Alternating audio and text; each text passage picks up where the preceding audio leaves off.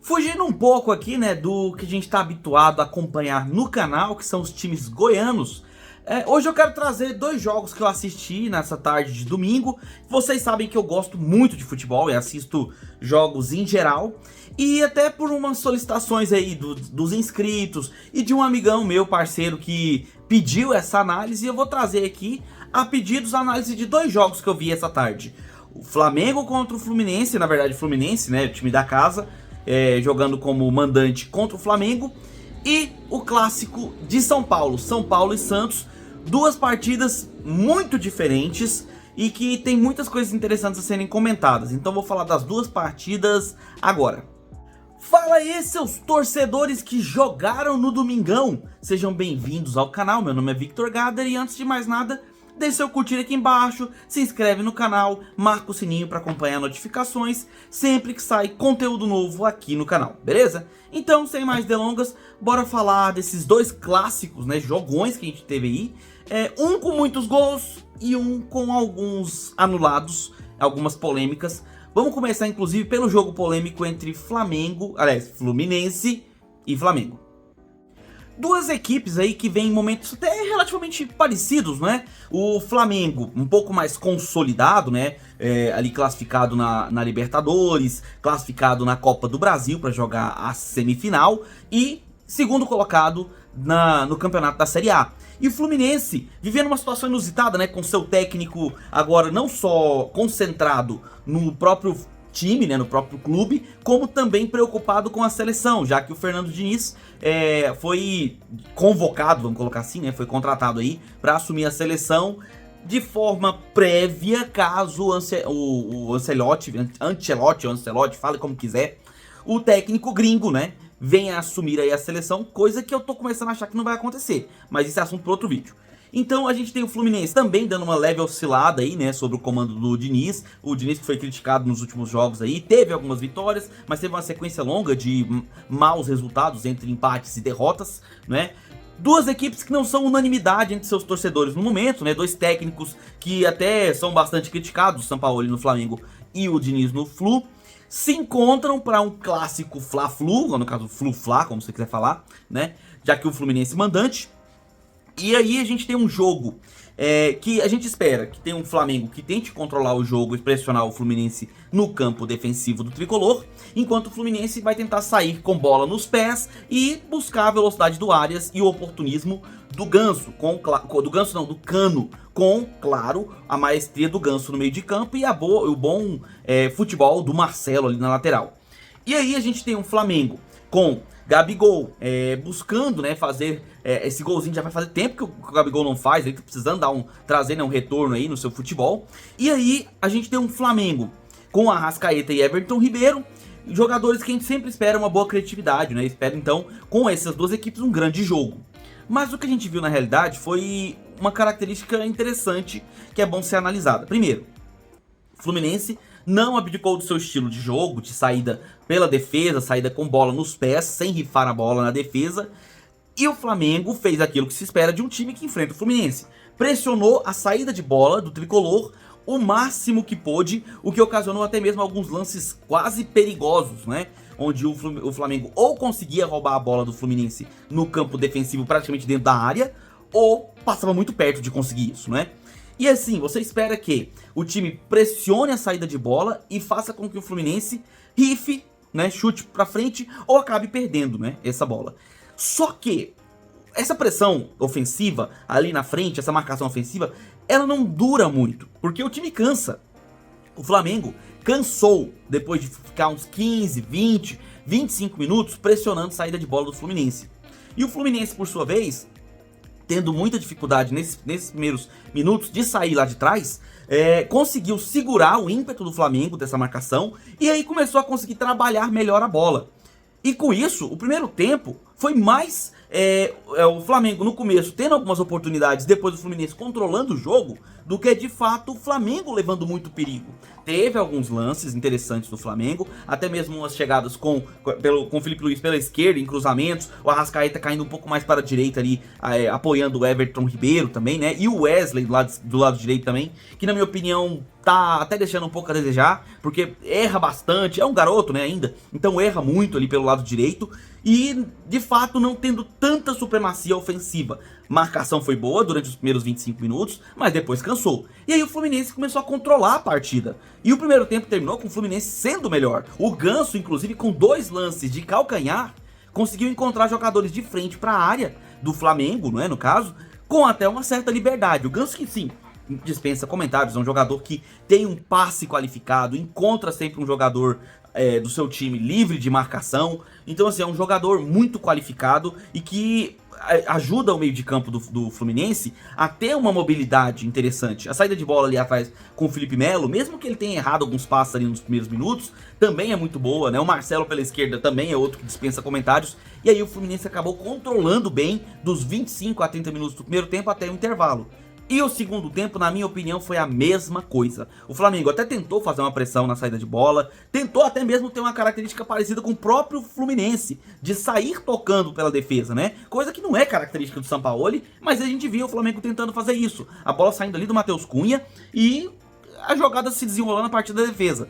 Mas não é característica do Fluminense, do Flamengo. O Fluminense sim, faz isso muito bem, fez isso muito bem, e aí conseguiu chegar ao primeiro gol ali, né, do jogo, com aquela roubada de bola, lá na saída de bola, e que encontrou o Arias, que avançou pelo meio e finalizou, né, depois de correr o campo inteiro, finalizou e fez o gol, que foi anulado por conta de uma falta. Eu confesso que eu achei meio questionável, tá? Não vou dizer que não foi falta, eu até posso concordar que houve um toque ali na canela, foi do Cebolinha. O Cebolinha teve um toque ali e tal, mas até se o juiz desse o gol, eu também não estranharia, porque o jogador do Fluminense põe o pé na frente, não chega a pisar o Cebolinha, mas existe o contato. Então, falta, de fato, né? O juiz pode ter, os juízes mais rigorosos, né, dão essas faltas, e juízes que deixam o jogo correr, eles poderiam até não marcar essa falta, mas de fato foi falta, né? E aí, depois de um certo tempo, houve um contra-ataque do Flamengo, numa roubada de bola da defesa, né? O Léo Pereira cabeceou tirando do cano, a bola chegou ao Gabigol, finalizou de frente da área e fez um belíssimo gol, tirou a camisa, comemorou lá com a torcida e pá, e também foi anulado por uma falta do Léo Pereira nas costas do cano. O juiz considerou, né, que houve um empurrão e foi feita a falta. Aí você me pergunta, foi falta? Você achou falta, Vitor?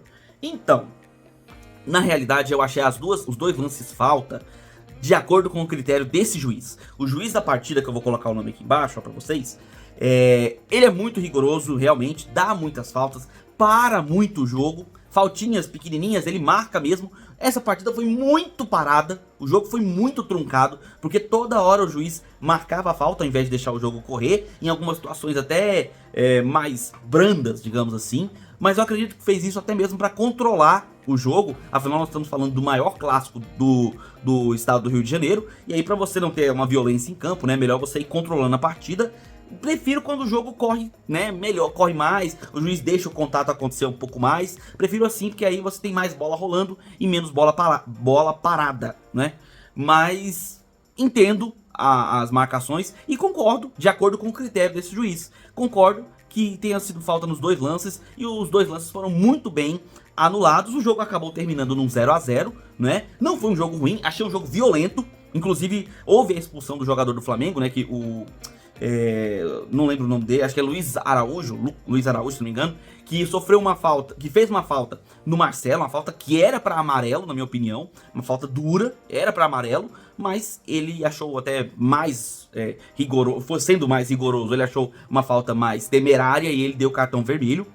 Achei um pouco exagero, assim como eu achei as faltas que ele marcou também um pouco exagero, sabe? Mas é o critério desse juiz, ele é mais rigoroso, ele vai dar faltas e vai ser mais incisivo nas marcações. Não só deu faltas que talvez alguns juízes não dessem, como deu um cartão vermelho para um lance que a maioria dos juízes daria um cartão amarelo. terminou um 0 a 0, resultado que não é bom para nenhuma das duas equipes, né? O Fluminense fica empacado ali próximo ao G4, né? Enquanto o Flamengo mantém a segunda colocação, porque o Grêmio não jogou nessa rodada, já que houve uma partida adiada, né? Entre o Grêmio e o Corinthians por conta da semifinal, aliás, da quarta de final da Copa do Brasil, que o Corinthians jogou contra o América e acabou classificando, né? E aí, esse foi o jogo do Flamengo, né, e do Fluminense, que, finalizando, resumindo aqui a história, o juiz, ele pode ter tido uma arbitragem polêmica, não quer dizer que tenha sido uma arbitragem errada. Na minha opinião, ele acertou, por mais que seja, você possa discordar aqui e ali, mas na minha opinião, ele de fato acertou as marcações. Agora falando do clássico Sansão, né? O São Paulo recebeu o Santos. São Paulo que vem numa ascendente gloriosa, vamos dizer assim, né? Desde que o Dorival Júnior assumiu o time. Após 1 ano e pouco, quase 2 anos, do Rogério Ceni à frente do tricolor paulista. Então o Dorival assumiu e deu uma nova cara pro São Paulo. O São Paulo que formou um bom time desde que um bom técnico assumiu. Não que o Rogério Ceni não seja um bom técnico, mas não conseguiu extrair o melhor desses jogadores e o Dorival tá conseguindo. E aí o São Paulo conseguiu uma classificação que, vamos combinar, é surpreendente diante de uma das melhores equipes do país, que é o Palmeiras, com uma vitória nos 2 jogos.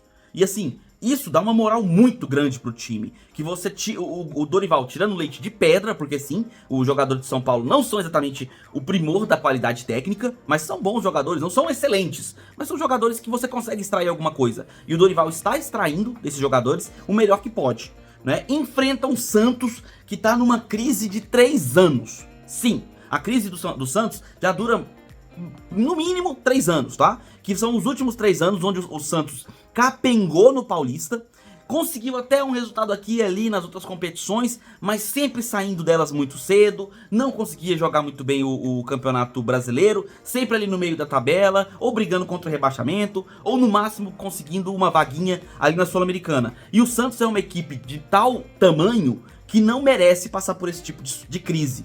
É um dos maiores clubes do Brasil, sim, e não merece passar pelo sofrimento que tá passando. E aí vai muito da diretoria, decisões do corpo diretivo do Santos, as contratações, negócios da China que o Santos tem feito, né? Algumas decisões da diretoria do Santos que são muito questionáveis. E pra mim, principalmente, a rotatividade de técnicos que não encaixam no estilo do time. Basicamente é isso.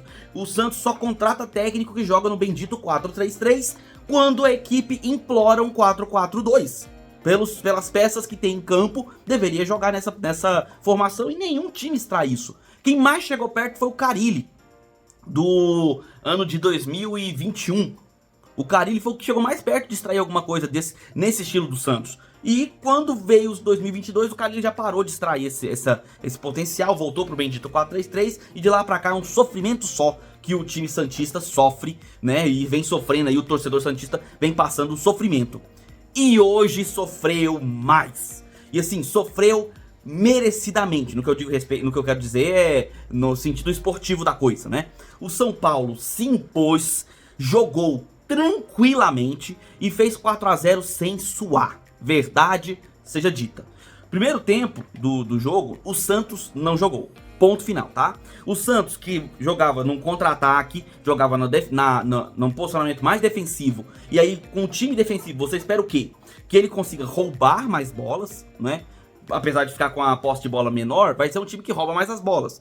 E nem isso o Santos conseguiu. O Santos não atacava, o Santos não defendia, e o São Paulo passeava em campo. Fez o primeiro gol com um pênalti infantil, que o jogador do Santos fez, e aí fez um pênalti, o Caleri cobrou, fez 1-0, o São Paulo já merecia tá vencendo, tá? Por 1-0, antes mesmo desse pênalti. E aí o São Paulo com toda tranquilidade, sem impor velocidade no jogo, sem imprimir ritmo de pressão, jogando numa boa. Roubava a bola do Santos com facilidade, o Santos perdia a bola com facilidade, errava passes bobos com muita facilidade. No meio de campo do Santos é inexistente, porque só tem o Lucas Lima, que fica parecendo uma ilha no meio do mar, né? Sozinho ali, perdido. Não tem ninguém que encosta. Os atacantes, que é no caso o Marcos Leonardo e o Lucas Braga, Acho que é Lucas Braga, né, o nome dele. Cara, são ilhas separadas uns dos outros, sabe? O Lucas Braga, quando ele veio pro meio pra fazer uma tabela com o Mendonça, foi o único lance que o Santos chegou no primeiro tempo. Porque eles se aproximaram. O Santos não se aproxima, as linhas são despaçadas, os jogadores ficam distantes uns dos outros. E aí, meu filho, não tem time que joga. Principalmente numa Série A de Campeonato Brasileiro. E aí o São Paulo, com facilidade, triangulava bolas na entrada da área. Chegava principalmente pelo lado esquerdo ali, né? Com o... Rapaz, agora nem lembro o nome, mas chegava ali pelo lado esquerdo e tinha facilidade. O Luciano passeando em campo. E nem foi uma grande partida do São Paulo. E com facilidade, o Alisson recebeu uma bola dentro da entrada da área ali, do lado direito. Ninguém encostou pra marcar. Ele cruzou com toda a tranquilidade do mundo e o Caleri cabeceou para tirar o ótimo goleiro João Paulo, que é o melhor jogador do Santos. Conseguiu tirar ali, deslocar o João Paulo, né? Colocou no contrapé dele. Fez o segundo gol. São Paulo foi pro intervalo 2-0. Tranquilo, poderia ter sido mais. Se o São Paulo tivesse apertado mais o jogo, teria sido uma goleada maior. Segundo tempo veio, o São Paulo relaxou, vencendo por 2-0, deu uma relaxada. O Santos veio, começou a querer gostar do jogo, mas a realidade é que o Santos é muito deficiente de armação de jogada. Entrou Camacho, entrou Balieiro e, cara, ninguém arma. O Camacho não consegue fazer um passo pra frente, o Balieiro não é armador. O time fica essas ilhas, o Lucas Lima tenta o que pode, volta pra buscar a bola e não acha ninguém na frente. O Marcos Leonardo não é velocista. O Mendonça, que já foi um bom jogador de velocidade, tá ficando velho, não vai conseguir correr tanto. Até que ele tem uns bons piques, tá? Mas também não funciona sozinho. E aí fica aquelas ilhas. Me parece, na realidade, que o Santos sofre de treinamento. Precisava treinar mais a compactação da equipe, a equipe ficar um pouco mais próxima, os jogadores ficarem mais aproximados uns dos outros para poder fazer uma tabela, uma triangulação, coisa que não acontece. E o São Paulo foi com facilidade chegando, fez o terceiro gol, aí entra o Alexandre Pato, né? E ele fez o quarto gol com uma facilidade absurda. Tabela pela esquerda, ele tocou se não me engano foi pro Nestor, não me lembro se foi o Nestor, mas aí tocou pro jogador, o colega fez o toque de infiltração mais básico do futebol brasileiro, mais básico do futebol mundial. Encontrou o Pato ali na área do lado esquerdo, finalizou cruzado, característica finalização dele, né? Muito bom finalizador de frente ao goleiro. Fez um gol com tranquilidade, comemorou, botou a cabeça do mascote. E ia ser um 4-0 com tranquilidade ali. Houve até um pênalti ali que foi feito em cima do... Não sei se fosse em cima do Marcos Leonardo, não lembro em cima de quem foi. Foi o Michel Araújo, o Matheus Araújo, enfim. O jogador de São Paulo fez um pênalti ali no finalzinho. O Marcos Leonardo cobrou, o Marcos Leonardo que inclusive é um grandíssimo centroavante, tá penando ali no Santos, né, passando sufoco, sofrendo ali atrás, naquele time que não consegue trabalhar a bola, não consegue criar. Fez o seu golzinho de honra ali o Santos e leva pra cidade praiana um resultado muito doloroso, que sirva de lição para essa diretoria do Santos, para eles entenderem que o trabalho não tá sendo bem feito. E não é de hoje, cara. O Santos só não está na zona de rebaixamento porque América, Vasco, Coritiba, Goiás e Bahia não engrenaram. Se algum desses times, no caso pelo menos dois, né, desses times, engrenarem, o Santos cai pra Z4 com facilidade. O Santos joga um futebol de Série B. E eu vou falar real, esse futebol que o Santos joga hoje, na Série B, não consegue acesso. Só você ver Sport, Vila Nova, Novo Horizontino, Vitória, Mirassol, jogam melhor do que esse Santos está jogando na Série A. Com todo respeito a você, torcedor do Santos, você que acompanha o time, eu sei que eu não tô falando nenhuma novidade, sei que às vezes a gente falar a verdade, assim, né, falar coisa nua e crua, dói às vezes a gente poder, né, eu tô de fora aqui, que tem a ver com o Santos, mas eu gosto de futebol, eu quero ver o Santos disputando o título, eu não quero ver o Santos definhando pra cair pra uma Série B, é um time tão grande, é o time do Rei Pelé, não merece passar por isso. E a diretoria do Santos é a grande responsável por conta desse momento terrível que o Santos vem passando. Más contratações, má gestão de elenco. É só você ver o tanto de jogadores afastados que o Santos tem. Aí, né? É uma gestão de elenco lamentável. realmente. Falta de um critério nessas contratações, principalmente dos técnicos. E eu poderia fazer uma lista muito mais longa. Mas só isso é o suficiente pra você entender, torcedor santista, que o buraco é mais embaixo, viu? E assim, você tem que cobrar esses diretores, porque se a coisa continuar do jeito que vai, o risco de vocês irem pra Série B esse ano é bem grave. O Paulo Turra não tá conseguindo tirar o que poderia desse time. Não vejo um time muito bem treinado por ele. E a situação só piora. Você, torcedor de São Paulo, comemore e seja feliz. Porque a vitória não só é uma vitória contundente. Quando você pega um time que não está em boa fase, o seu time tem que golear. E foi isso que o São Paulo fez. Goleou um time que está em má fase, um time que está em baixa, né? Na parte de baixo da tabela. São Paulo chega ao G4 com muito mérito, diga-se de passagem. E fica numa boa. Vai jogar Sul-Americana, vai jogar a Copa do Brasil, semifinal contra o Corinthians. E tá aí brigando pela ponta, né, da Série A, coisa que nenhum torcedor de São Paulo sonhava enquanto era treinado pelo Rogério Ceni. Hoje o São Paulino já pode sonhar com pelo menos uma final de Copa do Brasil. Afinal, o São Paulo vem em melhor fase do que o Corinthians e pode sonhar em chegar longe na Sul-Americana. Além de, claro, poder sonhar também em postular aí nas primeiras colocações da Série A. Essas foram as minhas análises. Se você curtiu, deixe seu curtir aqui embaixo. Não curtiu, também pode deixar seu joinha pra baixo. Mas deixa aqui nos comentários a sua opinião, o que você achou. A gente conversa aqui numa boa. Se inscreve no canal para acompanhar esse tipo de conteúdo e marca o sininho para assistir os próximos vídeos. A gente se vê nos próximos. Eu vou ficando por aqui e um abraço do torcedor atleticano.